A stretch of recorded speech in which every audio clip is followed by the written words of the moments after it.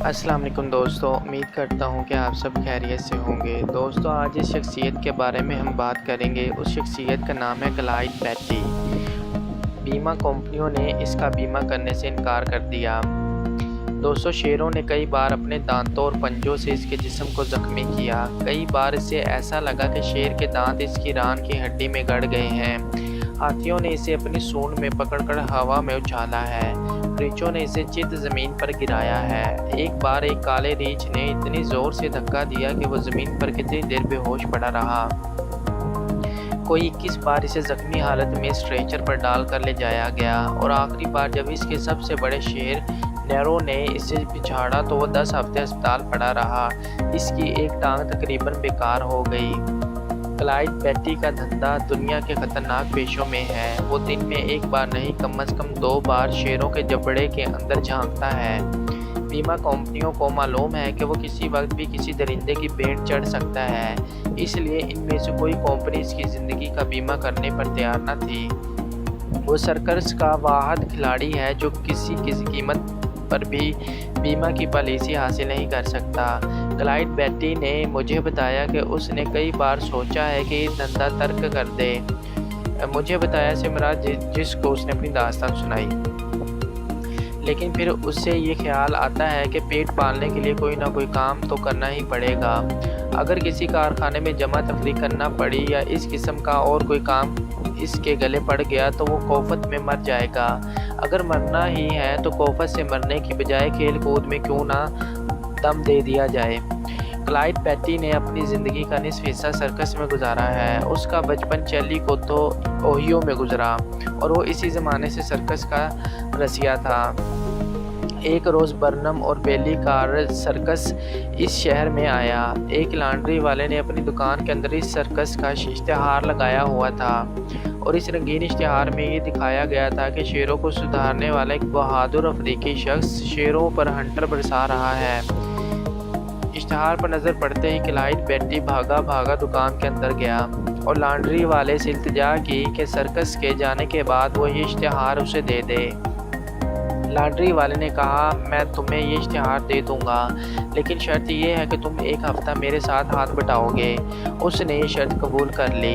इस वक्त उसकी उम्र सिर्फ 12 साल थी और इस उम्र में भी उसने बाज़ जानवरों को अपने इशारों पर नचाने की महारत पैदा कर ली थी। कम से कम वो इस खुशफहमी में ज़रूर मुब्तला था।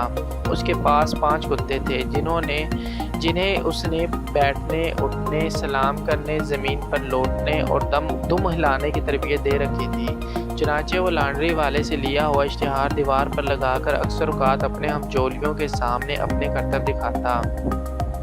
इसके बाद हर साल जब भी उसके शहर में सर्कस आती वो उसके मालिक से जाकर मुलाजमत की दरख्वास्त करता और हर बार उसे यही जवाब मिलता कि तुम अभी छोटे हो। फिर मौसम बहार की एक सुबह को जब सर्कस का एक बहुत बड़ा काफ़िला शहर से बाहर निकल रहा था तो बेट्टी भी उसके हमरा था। उसका दिल शिद्दत जज्बात से धड़क रहा था। उसके परेशान वालिदैन 3 रोज़ तक उसे तलाश करते रहे। जब उसने एक खत घर अपने वालिदैन को रवाना किया कि वो एक सर्कस में पिंजरे धोने पर मुलाजिम हो गया है तो उसकी माँ ये पढ़कर कई रोज़ रोती रही। इस वक्त क्लाइड बेट्टी की उम्र सिर्फ 15 साल थी। उसे माहाना 1 पाउंड तनख्वाह मिलती थी। आइंदा 10 सालों में चैलीकोटी ओहियो का ये नौजवान तमाम शेर सुधारने वालों को पीछे छोड़ गया। उसने इस मैदान में इतनी जुर्रत, दलेरी और बाज़ औक़ात इतनी हमाकत का मुज़ाहिरा किया कि सर्कस का हर शख्स ये कहता था कि ऐसा करना मुमकिन नहीं, और जब वो सचमुच इसे ये करते देख लेते तो ये राय कायम कर लेते कि वो पागल है और इसकी ज़िंदगी इंतहाई अर्जा है। उसने 40 खूनख्वार दहाड़ते हुए बब्बर शेरों और शेरों को एक ही पिंजरे में बंद करके खुद भी इस पिंजरे में जाकर उन पर हंटर बरसाने शुरू कर दिए। इस वाक़ये ने पूरे सर्कस में सनसनी की लहर उड़ा दी। देखने और सुनने वाले हैरान रह गए, क्योंकि ये एक मुसलमा हकीकत है कि बब्बर शेर और शेर एक दूसरे के जाने दुश्मन होते हैं और देखते ही एक दूसरे पर पल पड़ते हैं। क्लाइड बेट्टी ने कितनी बार ही इस तरह खूनखार जंगली दरिंदों के पिंजरे में जाकर उन्हें अपने सामने घुटने टेकने पर मजबूर किया है, लेकिन इसके बावजूद हैरत की बात यह है कि क्लाइड बेट्टी कहता है कि शेर और बब्बर शेर इतने खतरनाक नहीं कि इन पर आसानी से कंट्रोल ना किया जा सके। उसे सभी जानवरों से पाला पड़ा है। शेर, बब्बर शेर, चीता, गेंडा, हाथी इसका तजर्बा बताता है। کہ ان سب میں خطرناک ترین جانور ریچھ ہے۔ وہ یہ بھی بتاتا ہے کہ سب سے مشکل کام شیر کو ہاتھی کی پیٹھ پر سوار کرایا جائے۔ ایک روز ایک ہاتھی نے تو اسے تقریباً ہلاک ہی کر دیا تھا۔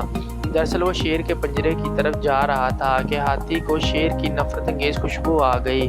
آپ نے سنا ہی ہوگا کہ جانوروں کو سدھارنے والے ان کی آنکھوں میں آنکھیں ڈال کر ان پر قابو پاتے ہیں، لیکن کلائیڈ بیٹی نے مجھے بتایا کہ یہ سب غلط ہے۔ اگر ماویسٹ بھی ایک شیر سے نظریں ملائے تو یہ شیر بھی لمحہ بھر میں اس کی تکہ بوٹی کر دے۔ وہ تو صرف اس وجہ سے اپنے جانوروں کی آنکھوں کی طرف دیکھتا ہے تاکہ یہ اندازہ کر سکے کہ وہ کیا کر رہا ہے اور آئندہ ثانیے کیا کرنے والا ہے۔ بیٹی کا کہنا ہے کہ کسی تربیت دینے والے نے آج تک کبھی کسی شیر کے منہ میں اپنا سر نہیں دیا۔ ویسے بظاہر دیکھنے میں ایسا ہی معلوم ہوتا ہے۔ وہ کہتا ہے کہ بعض ایسے تربیت دینے والے جانوروں کو جانتا ہوں جو انتہائی نڈر اور دلیر ہیں، لیکن میں نے ان میں سے کوئی ایسا بیوقوف نہیں دیکھا کہ جو سچ مچ شیر کے منہ میں اپنا سر دے دے۔ ایک عام خیال یہ ہے کہ شیروں کو کرتب سکھانے والے خوفناک جانوروں کو قابو میں لانے کے لیے دہکتی آگ سے نکالی ہوئی سرخ سلاخیں استعمال کرتے ہیں، لیکن بیٹی کا کہنا ہے کہ اگر آپ خودکشی کرنا چاہتے ہیں تو آپ ایسے شیر کے پنجرے میں داخل ہو جائیں جسے لوہے کی تپتی ہوئی سلاخ سے ضرب پہنچائی گئی ہو۔ اس کے بے ضرر ہتھیاروں میں ایک عام کرسی، ایک چھانٹا اور ایک خالی کارتوس سے بھرا ہوا پستول ہوتا تھا۔ کلائیڈ بیٹی کا کہنا ہے کہ اس نے پالتو جانوروں کے ساتھ بھی کام کیا ہے، یعنی ایسے جانوروں کے ساتھ جنہوں نے غلامی میں پرورش پائی ہو، لیکن اس نے ان کی نسبت ہمیشہ جنگلی جانوروں کو ترجیح دی ہے۔ پالتو جانور بگڑے ہوئے بچوں کی طرح ہوتے ہیں، انہیں اس قدر کاہل اور سست بنا دیا جاتا ہے کہ آخرکار وہ کچھ نہیں کر سکتے۔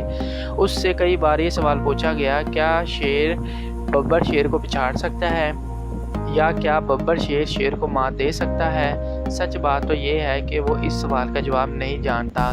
کئی بار ایسا ہوا کہ وہ بڑے پنجرے کے پاس کھڑا ہوا ہے اور اس کے آس پاس شیر اور ببر شیر ایک دوسرے سے لڑ رہے ہیں۔ اس نے یہی دیکھا ہے کہ ہمیشہ ببر شیر مل کر لڑتے ہیں، لیکن شیر اکیلا مقابلہ کرتا ہے۔ جب ایک ببر شیر لڑنے لگے تو آس پاس جتنے ببر شیر ہوں سب اس کی مدد کو پہنچ جاتے ہیں، خاص طور پر اگر وہ آپس میں بھائی بھائی ہوں تو ایک دوسرے کی مدد میں ایک لمحہ بھی تاخیر نہیں کرتے۔ ببر شیر نوجوان لڑکوں کی طرح ہوتے ہیں، ذرا جھگڑا ہو جائے تو وہ سب لڑنے کے لیے تیار ہو جاتے ہیں، لیکن ایک شیر کو خونی رشتوں کا احساس نہیں ہوتا۔ اس سے تو یہ بھی بعید نہیں کہ اس کے سامنے اس کا ساتھی مر رہا ہو اور وہ چبوترے پر بیٹھا ہوا جمائیاں لیتا رہے۔ دوستوں، امید کرتا ہوں کہ آپ لوگوں کو ہماری یہ ویڈیو بہت پسند آئی ہوگی۔ اپنا بہت خیال رکھیے گا۔ اللہ نگہبان۔